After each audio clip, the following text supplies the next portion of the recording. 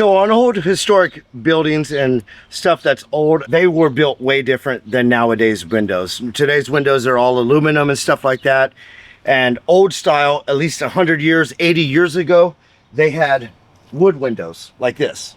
I'm using my neighbors as an example. So this is a bottom rail, this is a meeting rail, and these are called stiles. And they go into stops on the side right here, and they both slide up and down with weights on the side. So that's kind of the look I'm going for. Let's go to the saw and make some stuff happen. First of all, you need to make stock material. Any table saw will do it. First, I made some stock of some window trim. I made some stock for the window seal itself. I made this stock right here, which will be the stiles and the rails.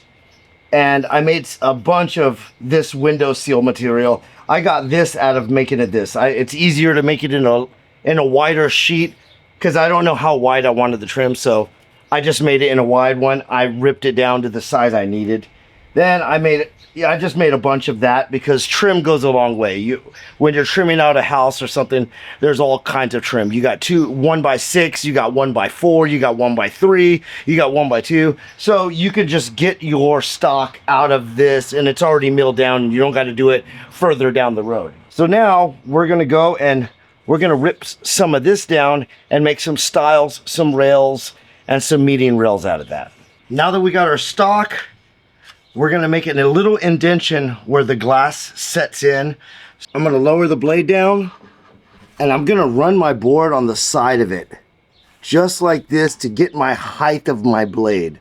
So I'm going to go like this. I barely want it to go into the wood, just a slight bit, just so that glass can in sync in the wood. So I'm going to set my blade about that high. Now I'm going to move my fence over, and I only want to kiss it. I don't want to take too much out. I just want a very little bit of amount taken out. So I'm going to set my table saw like that. I'm going to put my safety glasses on because it doesn't matter how you spell safety. It begins with U. I'm gonna do a little bitty thing so I can see if that's the depth I want.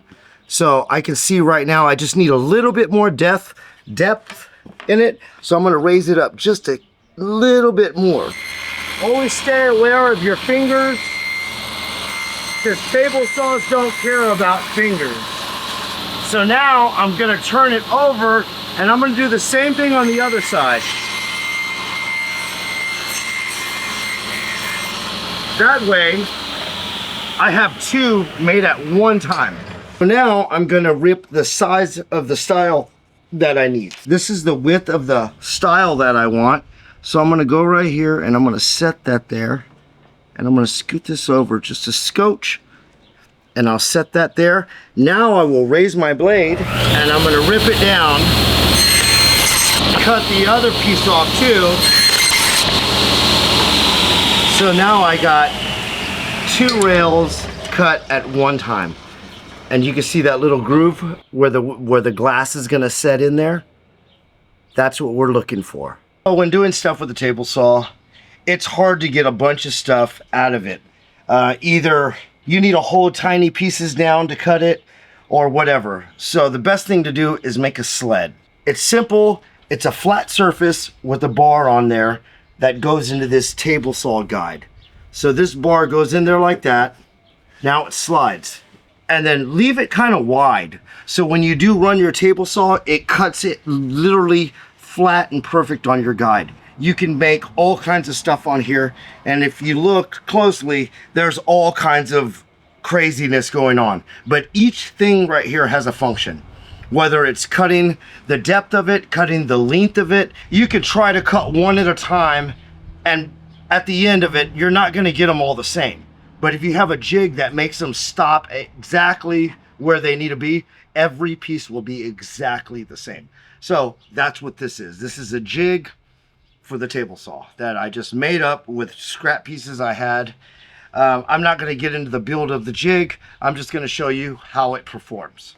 Now we need to cut some of this stiles to the length of the stiles we need.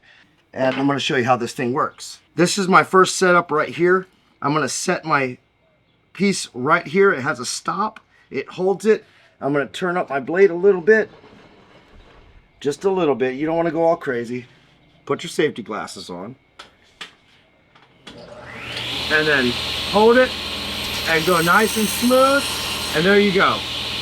One piece at a time. It's perfect. And I'll go and I'll put another one on.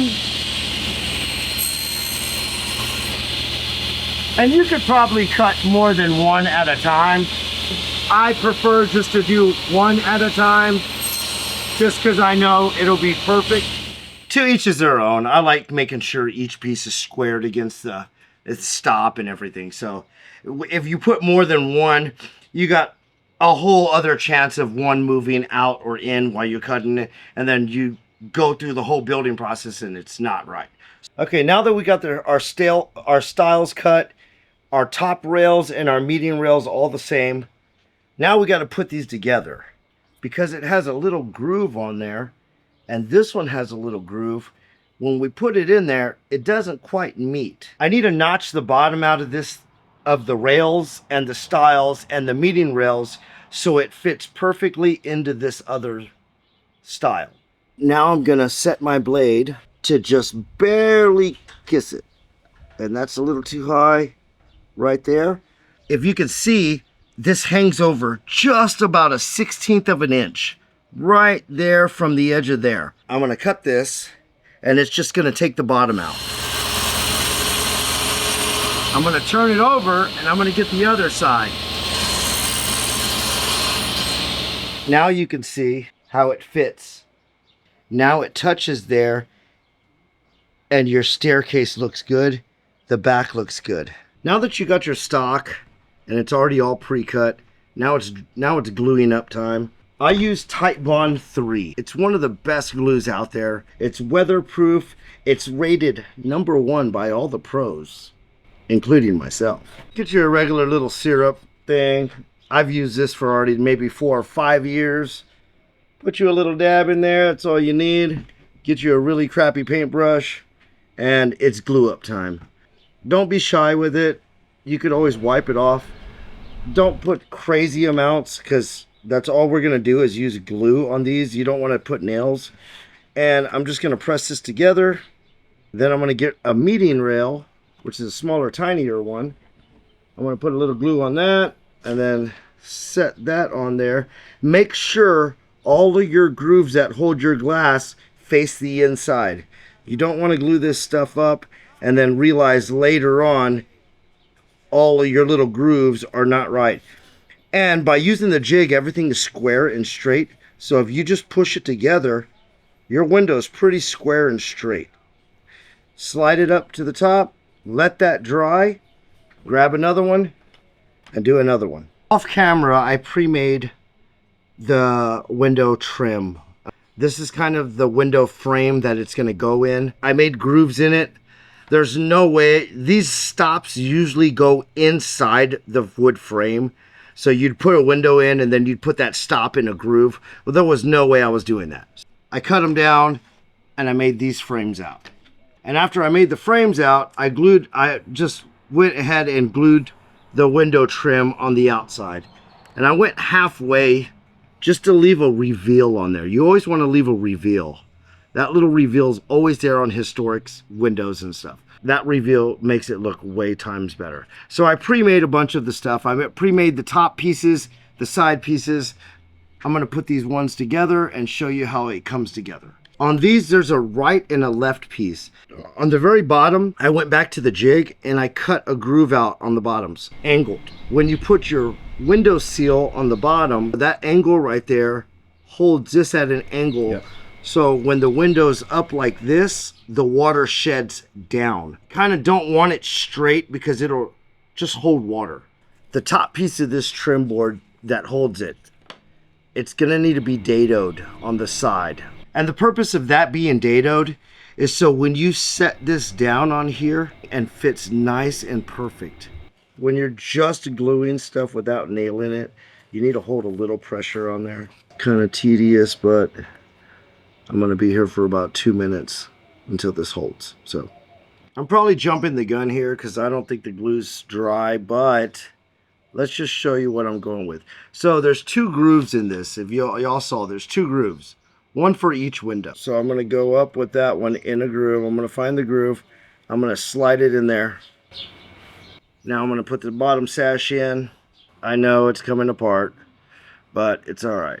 Because, like I said, I'm just mocking stuff up so y'all can see the finished product. It's pretty much better to let this dry before doing what I'm doing right now, and it'll go way smoother for you.